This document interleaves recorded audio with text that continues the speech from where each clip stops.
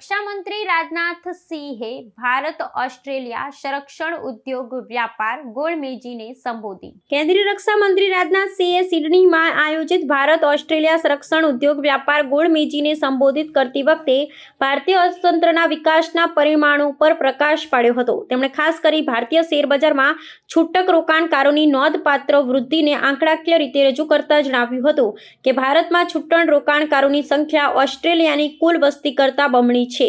રક્ષા મંત્રીએ ભારતીય અર્થતંત્રના કદ અને ઝડપી વિકાસને વૈશ્વિક સ્તરે રજૂ કરી ઓસ્ટ્રેલિયન વેપારી સમુદાયને સંરક્ષણ ક્ષેત્ર સહિત વિવિધ ક્ષેત્રોમાં ભારતમાં રોકાણ કરવા અને સહયોગ વધારવા માટે આહ્વાન કર્યું હતું।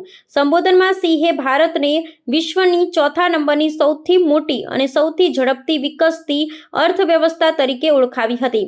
તેમણે મેક ઇન ઇન્ડિયા અને ઉત્પાદન સંબંધિત પ્રોત્સાહન યોજનાઓ જેવી સરકારી પહેલ પર ભાર મૂક્યો હતો, જેણે નવીનતા અને મૂડીરોકાણ માટે અનુકૂળ વાતાવરણ ઊભું કર્યું છે। રક્ષા મંત્રીએ આંકડા રજૂ કરતા જણાવ્યું હતું કે ગયા નાણાકીય વર્ષમાં ભારતનું સંરક્ષણ ઉત્પાદન 1,51,000 કરોડ રૂપિયાને સ્પર્શી ગયું છે, જે અગાઉના વર્ષ કરતાં 18% વધારો દર્શાવે છે।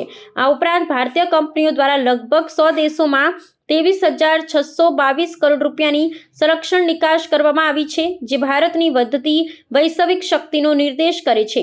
રાજનાથ સિંહે ઓસ્ટ્રેલિયન વ્યવસાયોને ભારત સાથે સહવિકાસ અને સહઉત્પાદન માટે ભાગીદાર કરવા વિનંતી કરી હતી। તેમણે ખાસ કરી નૌકાદળના જહાજો, સ્વાયત્ત જળમગ્ન વાહનો, ફ્લાઇટ સિમ્યુલેટર અને અદ્યતન સામગ્રી જેવી ઉચ્ચ સ્તરીય સંરક્ષણ પ્રણાલીઓમાં સંયુક્ત સંશોધન અને વિકાસ માટે વિશાળ તકો દર્શાવી હતી। તેમનું આ નિવેદન ભારત ઓસ્ટ્રેલિયા વ્યાપક વ્યૂહાત્મક ભાગીદારીને માત્ર સંરક્ષણ પુરવઠા કરતાં વધુ ઇન્ડો પેસિફિક ક્ષેત્રની શાંતિ અને સુરક્ષાના સહનિર્માતાઓ તરીકે જોવાની ભારતની પ્રતિબદ્ધતાને પુનઃસ્થાપિત કરે છે। अभी मैं हाल में ऑस्ट्रेलिया गया था, तो वहां मैंने पूछा कि आबादी कितनी, तो बताया उन्होंने कि लगभग 3 करोड़ 3.5 करोड़ की आबादी है। तो जितनी ऑस्ट्रेलिया की आबादी है उसके 2 गुना यहाँ पर जो है हमारे खुदरा व्यापारी है।